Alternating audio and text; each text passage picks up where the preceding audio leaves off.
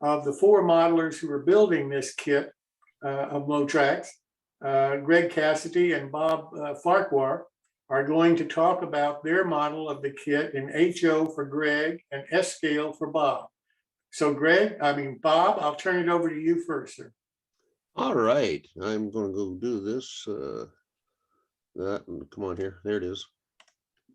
Okay, this is going to be part 3 of the 5. There's going to be walls, windows, and doors installed today.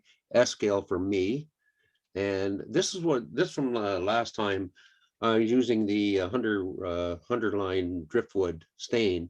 I want to stain my before I paint because I want the building to look used. I didn't want a brand new pristine look on it at all.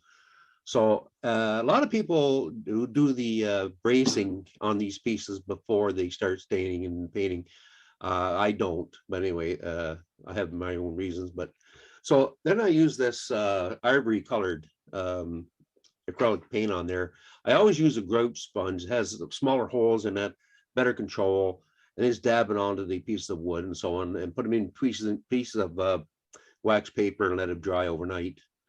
And then I can then I do my brass bristle brush and I scrub it. So this area right here. Bob, can you click on the slideshow mode down at the bottom? Sorry about that. Sorry. Yep. Thanks. Forgot to do that today. There you go. So this area here is not scrubbed, and you can see the difference of the dirtier looking paint on the rest of the other pieces here. And then I did my, just like Clark was talking about last week, the trim on the edges. Did that, just put them on there like this, and then after it dries, it cut it to size. And the nice, what I've done here is use a thinner strip wood than it said in the instructions, and because I didn't want them be really wide, so I got the thinner one here. The other thing too, this is the same color paint on the trim, but the wood is denser on the strip wood than it is on the wall pieces, so it gives a nice little differentiating, well, never mind, different. Anyway, so then I did some bracing on it real quick. Use this burnt sienna acrylic paint on the windows and doors. These are laser cut. The N scale, S and O scale kits all come with laser cut windows and doors in this kit, and the HO has plastic windows and doors. And there's the windows and doors installed.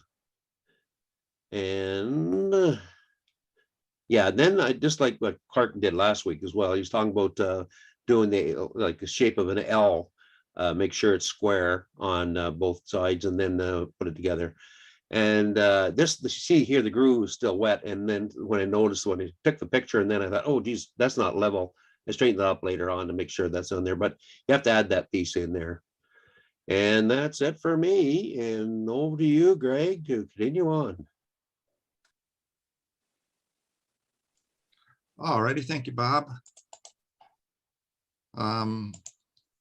So I've got mine pulled up here. And so I'll be covering the HO scale portion of part 3 of the Motrak build along of the Adamsville Depot.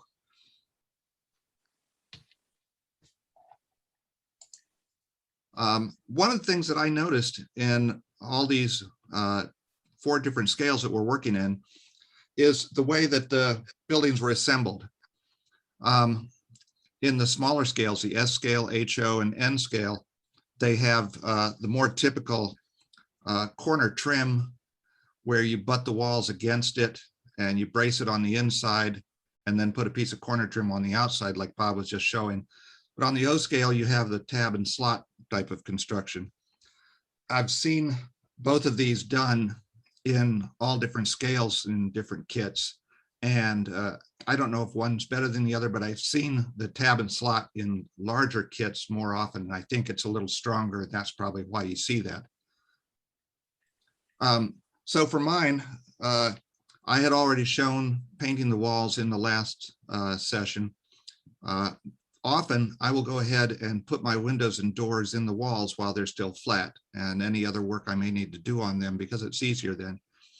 But in this case, I was going to be masking the building once it was assembled, and the walls and doors could get in the way of doing that. So I decided to assemble the building first and then install the windows later. Now, For this, I use my standard practice of assembling walls when you're going to have corner trim and their wood siding. Basically, it's putting a brace on the inside that's set back just enough that you can fit another brace that's here on the end wall right in there.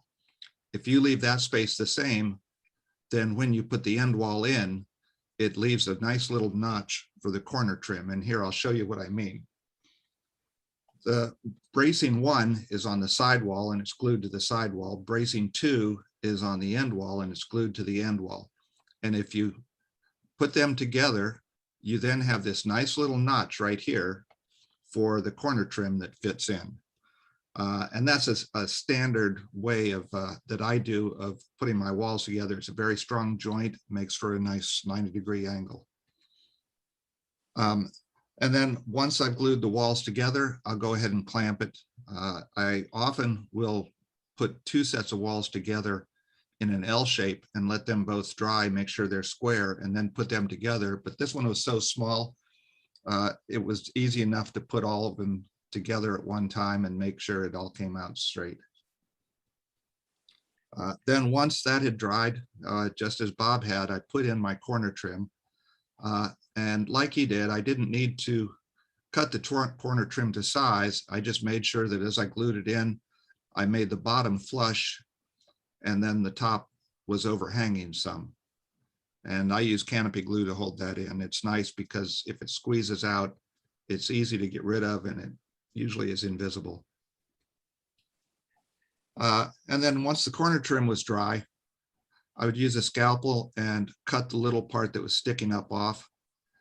Then I'll use a sanding stick to sand everything flush. And as I showed in the previous session, I had sanded the edges of the side walls at an angle as well.